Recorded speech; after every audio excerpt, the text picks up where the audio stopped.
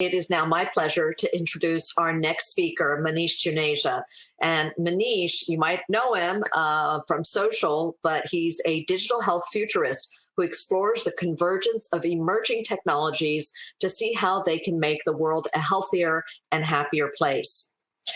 For the last 10 months, he has encountered the lingering effects of COVID. We are very grateful to have him here today to share how his experiences with physicians and other aspects of the health ecosystem have reshaped his views on digital health and patient-generated data.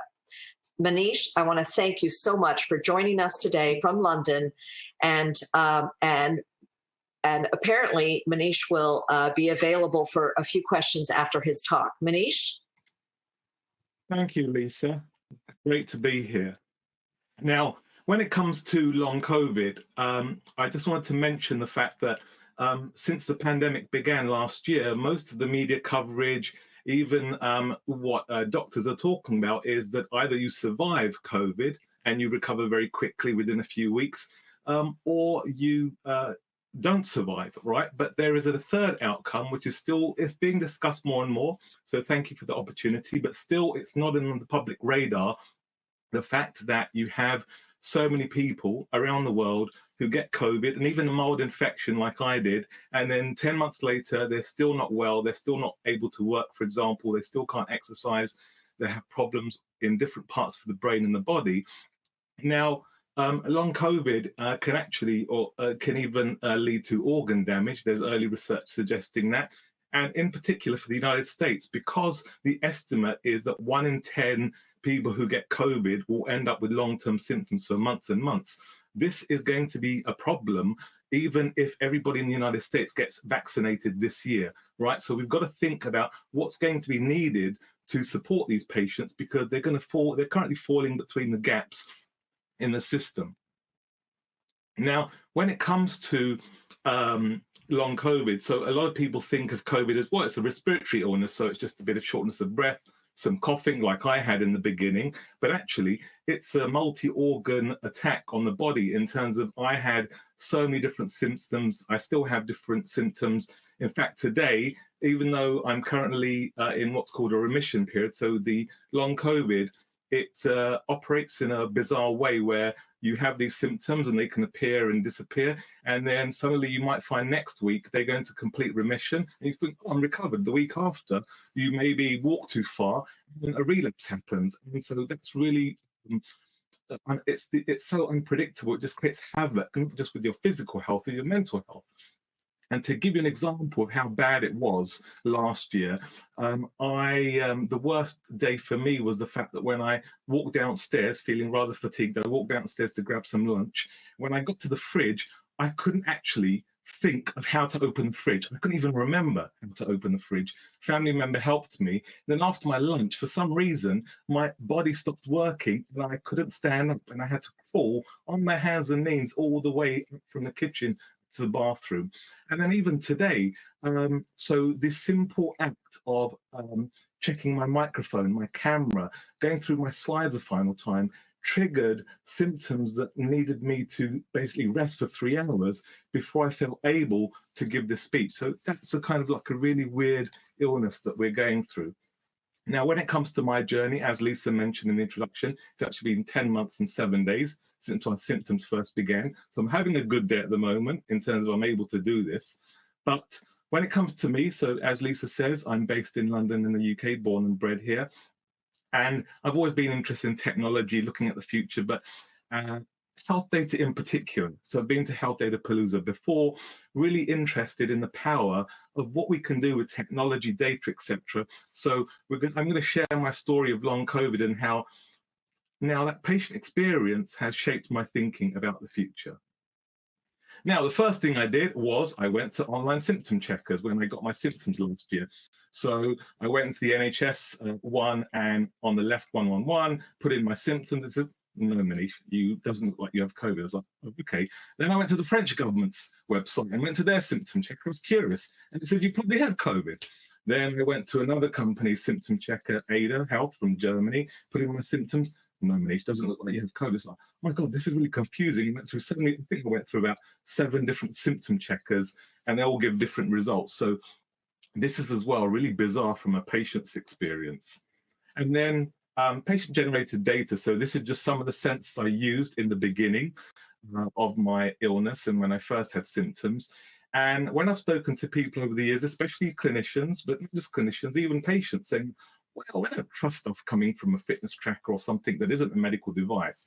And so I was really surprised, because when I first contacted my GP to say, like, what's going on with me, and the NHS at that time was restricted to phone calls only. You couldn't actually see your doctor because of the virus. So on the phone, I was talking to my GP, basically my primary care physician here, and saying, hey, I've got all these symptoms, and then she's at a loss of what to say or to rule out certain diagnoses based upon what I'm telling her. I said, hey, I've got all these sensors at home. Would you like my data?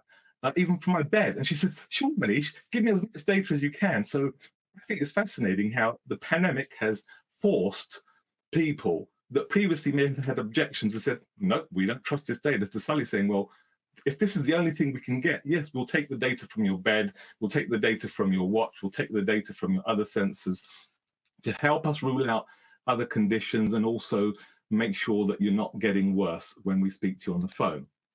And here's some of the data from my different apps. So this one's from the Oura Ring, or the first 2 screenshots there. So I was sharing my respiratory rate at night, my resting heart rate, my heart rate variability with my GP over the phone. And then I was checking whether I had an abnormal heart rhythm. We were doing it every day for the first 5 days with my GP. And that reassured her that maybe I didn't necessarily need to be hospitalized.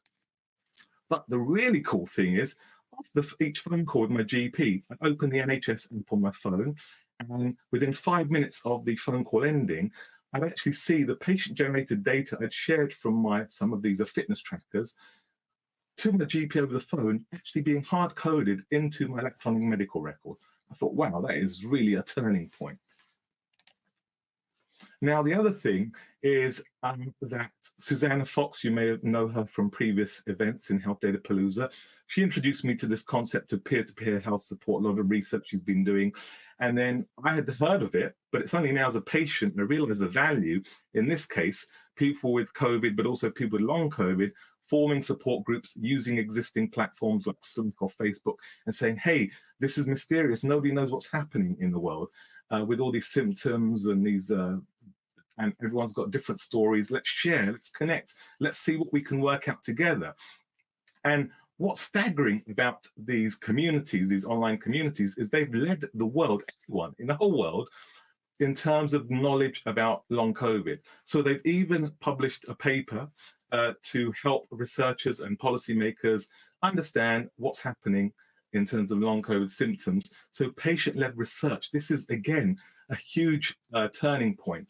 And it's so powerful that even I was on a call, I was invited to a call via a patient group, the long COVID patient group, that the WHO, so Dr. Tedros, the Director General of the WHO, came on a call with patients around the world with long COVID and says, we're listening to you. We want to hear what's going on. So think how powerful that is.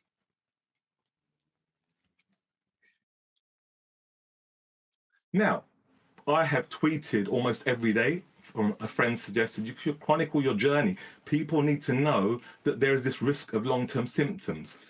So I've even had GPs contact me directly on Twitter and say, hey, Maneesh, been following your tweets, really useful, keep tweeting, it's going to help me care for my patients. And then I've shared my symptoms, the good, the bad times, how I'm managing the symptoms.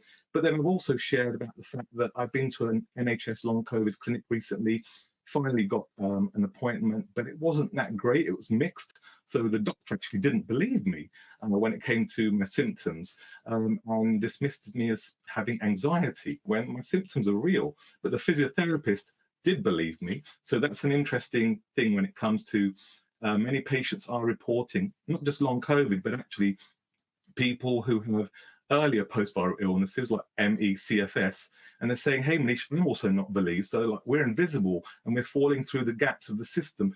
We need to be heard. So, I think that's the thing about patient advocacy, that we should advocate for long COVID patients, but also we should advocate for those with similar conditions where symptoms overlap. So if we're spending money on research, doing new things in health policy, collecting health data, it shouldn't just be about long COVID patients, but about ME, CFS patients as well.